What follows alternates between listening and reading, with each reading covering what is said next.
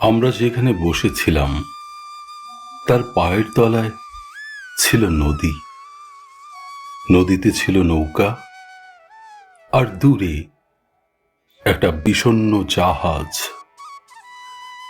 আমি যখন তোমার, তুমি যখন আমার ঠোঁটে বুনে দিচ্ছিলে যাবজ্জীবনের সুখ, ঠিক সেই সময়ে ডুকরে কেঁদে উঠল জাহাজটা ভোঁ বাজিয়ে।